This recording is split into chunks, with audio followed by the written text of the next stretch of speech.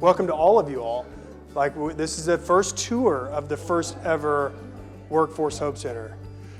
So here's the idea. Feel free to jump in with questions, anybody, right? So this is for everyone. One, we're going to give you just a tour, like what does it look like? But also, we at Department of Human Services are deeply invested in human-centered design.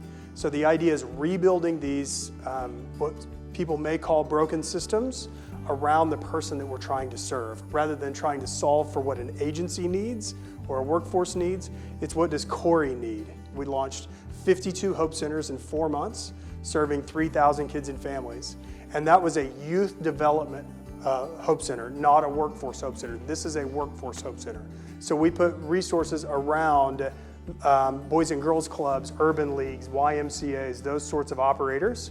And it's the same resources that you'll see in this building, but instead of youth development as being the focus, workforce is going to be the focus. Okay, so that's the sort of the core concept here. I'm going to introduce you to Corey. He's a 28-year-old single father. We use Corey, this persona, in lots of different spaces at the Department of Human Services. We always think about how this gentleman would navigate our systems so that we can rethink about how those systems operate. So Corey has a child, and we'll talk about his child here in a minute. He has done odd jobs for many years. He has a mom at home who has some health issues. And so this is a common persona for us at the Department of Human Services. We serve lots of Coreys. The challenge for Corey is he wants to improve his economic stability for his family, but there are lots of barriers in place that keep him from taking that longer term view of his life. He has to handle childcare. He has to, pay for his mom's treatments, those sorts of things. Transportation is a big barrier. So if you can imagine being Corey, 28 years old, one child, you walk in and your experience in government is walking into historically a DHS office or an OESC office looking for unemployment insurance or a state health department. Just you're always navigating a new system. Here we bring all of those systems together. So it's co-locating of agencies. So Corey walks in, he's used to this bureaucratic system where nobody really listens. I have to sit and wait for a long time. I mean, we have long lines, or historically have had long lines in our offices. But he comes in and he immediately meets Monica, who is right here. Monica is a Hope navigator. She's trained in the science of hope. She utilizes technology through Be a Neighbor to case manage for people when they come in the door. So instead of just asking Corey, what do you need right now, like food stamps, she talks about his whole picture. She does motivational interviewing on health and mental health issues, on workforce experience, educational attainment, all of those other things that, if we can help to improve his lifestyle there, we can improve his experience with poverty. We can really take him into making multi-generational impact. So Monica engages, she does an interview and understands, first tries to solve for, there's Bingman. The first thing that she looks to solve for is basic resource needs. Corey walks in, and in this community, we hear this a lot, and I'm just hungry. I need something to eat right now. So there's a food pantry on site in this building. She also then starts to engage him with social safety net resources like SNAP, TANF, those sorts of programs. So he immediately also takes an initial career assessment. What's his workforce experience?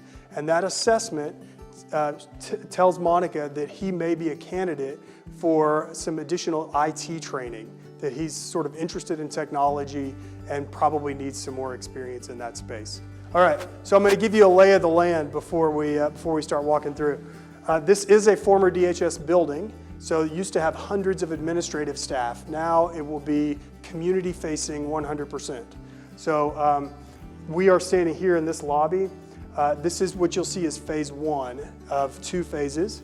So this part is complete today. Right now, it will be the one-on-one meeting rooms. So you can meet with a DHS worker, you can meet with an OESC worker, you can meet with a health department official for WIC, you can meet and have a mental health intervention, a financial coach, a career counselor, those sorts of folks in these one-on-one rooms. When this phase opens, and we're going to show you this here in a minute, it's under construction. When this opens, this will be a child care center. There's a couple acres in the back where they'll likely build some soccer fields, so it's a community asset. So you come, you play soccer on a weekend, you know that you can engage in workforce training. But this will eventually be childcare where we're standing today. All right, so we're going to come through this space. There's a couple of interesting points here. If you need to engage with somebody like DHS, you can meet in person here. Okay, so Corey meets Lisa, who is a career coach. Lisa looks at his initial assessment and says, hey, what may be impactful for you is a 6-week IT training program, right? Instead of doing odd jobs, let's get you into a career, right? So that allows you to help lift your family out of poverty. So she enrolls him in this program. The problem is he hears about this initial program and he says, and you can see in his face that he doesn't feel like it's going to be successful, because what's he going to do with his kids? That's the barrier for him to engaging twice a week in a training program, is he's got life to manage, right? And so that's the beauty of the Workforce Hope Center, is this will actually be a childcare on this side. So there'll be drop-in on-site childcare if you're engaging in workforce programs, which will be next door through Career Tech. Okay, so he's now can see that this is a potential pathway for him to be successful. So now we're gonna separate from our persona of Corey for just a minute, just to show you the building. This is co-working space, so not only can our team come, who's maybe working with Corey or waiting for Corey, but also Corey can come. We'll have a handful of laptops for sort of regular use. He can pop up a laptop, look at a job that's available. He can grab a OESC worker who's walking by, and we can be much more direct in serving him in some of these co-working spaces. Same here in this space back here. All right, so now we're coming back to Corey, our persona. Corey is now fully engaged in the IT program. He's coming twice a week for 6 weeks. He brings Destiny, his daughter. Picture this as phase 2, so this is the child care. He meets Brett.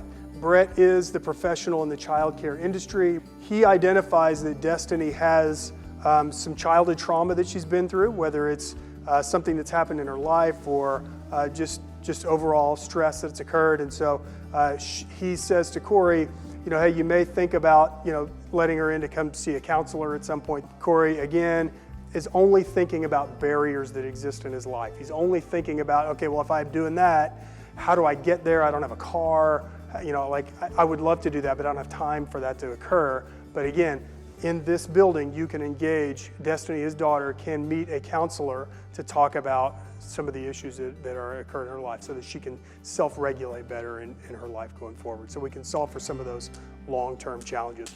Okay, so this is phase 1.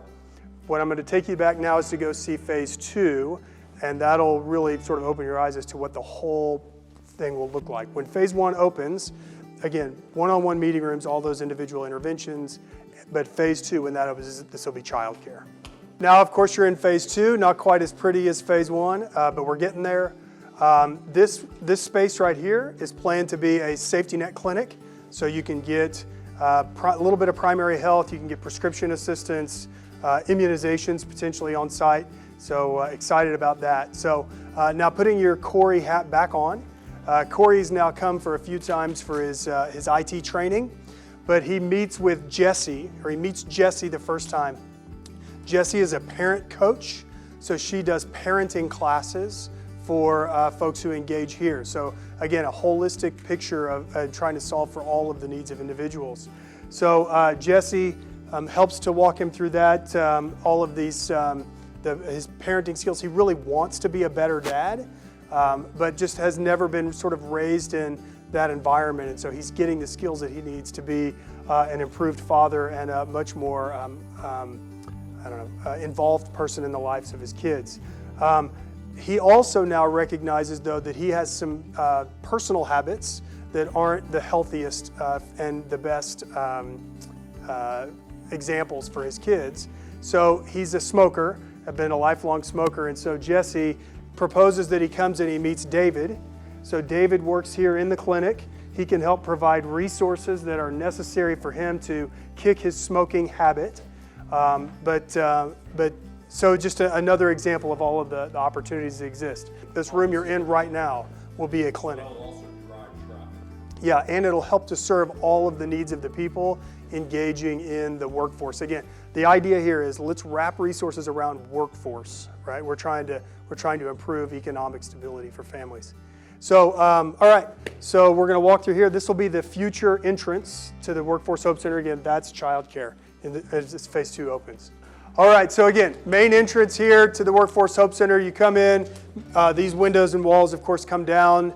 And the idea is to engage with the same Hope Navigator every time. There's a level of accountability, there's a personal awareness, all technology enabled through Be a Neighbor. Super important, okay?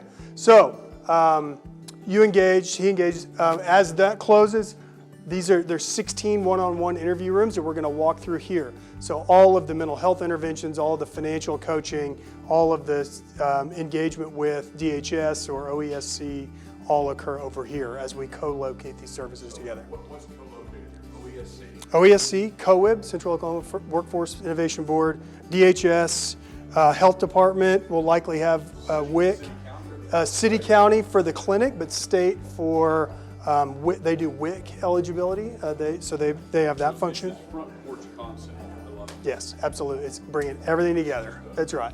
Removing barriers from the community to engaging. So all these are one-on-one rooms. All right, so as we walk back this way, you see the space in which all of Career Tech will be. As phase 2 opens, this will be all of the workforce programming here. So there'll be classrooms for Career Tech. So you can walk into this building essentially experiencing homelessness. You can be homeless, walk in the door with no workforce training at all, and receive everything from the very beginning, which is work readiness programs that really teaches you what it means to have a job, just the core soft skills it takes to know how to report to a supervisor or to show up on time, those sorts of things, all the way through early adult education like GED, ESL on site, meet with your career coach.